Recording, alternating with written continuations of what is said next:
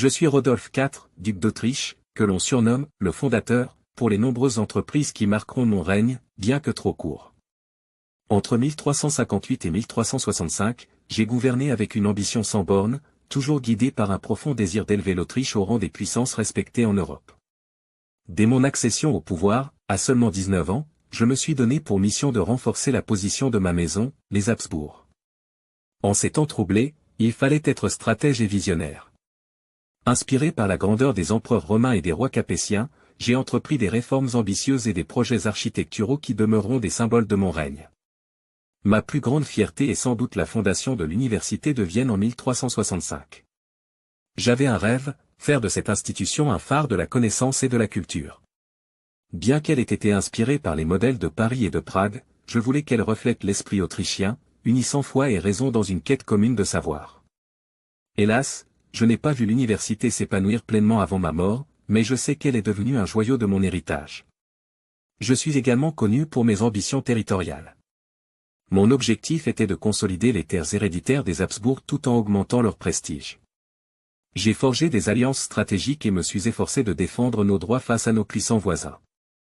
Ainsi, j'ai instauré la Privilegium Maius, un document controversé que j'avais fait rédiger pour établir notre souveraineté et élever le statut du duché d'Autriche au niveau d'un archiduché.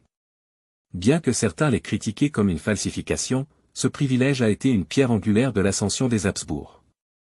Mon amour pour l'art et l'architecture a été un autre aspect majeur de mon règne. J'ai supervisé la construction et l'embellissement de la cathédrale Saint-Étienne à Vienne, en posant la première pierre de sa magnifique tour sud. Cet édifice, que je voulais grandiose, était destiné à symboliser la puissance spirituelle et politique de l'Autriche.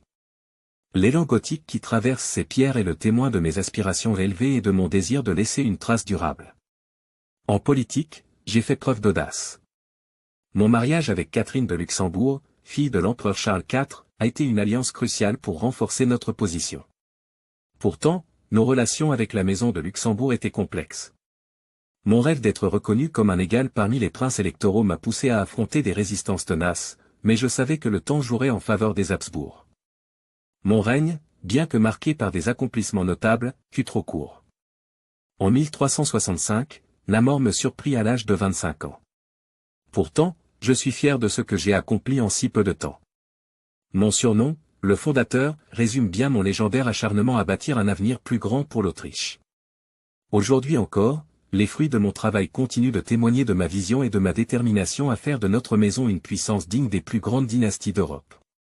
Ainsi, en cette époque où les ambitions personnelles se confondaient avec les destins des nations, j'ai laissé ma marque, celle d'un jeune prince dont la flamme brûlait avec intensité, même si elle s'est éteinte trop tôt.